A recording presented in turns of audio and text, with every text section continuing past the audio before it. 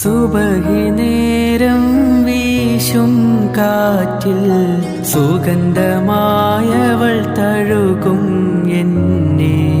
സുവർഗത്തോപ്പിലെ ഹൂറിയെ പോലെ മൊഞ്ചത്തിയായൊരു പെണ്ണിവളല്ലേ. സുബഹി നേരം വീശും കാറ്റിൽ സുഗന്ധമായവൾ തഴുകും എന്നെ.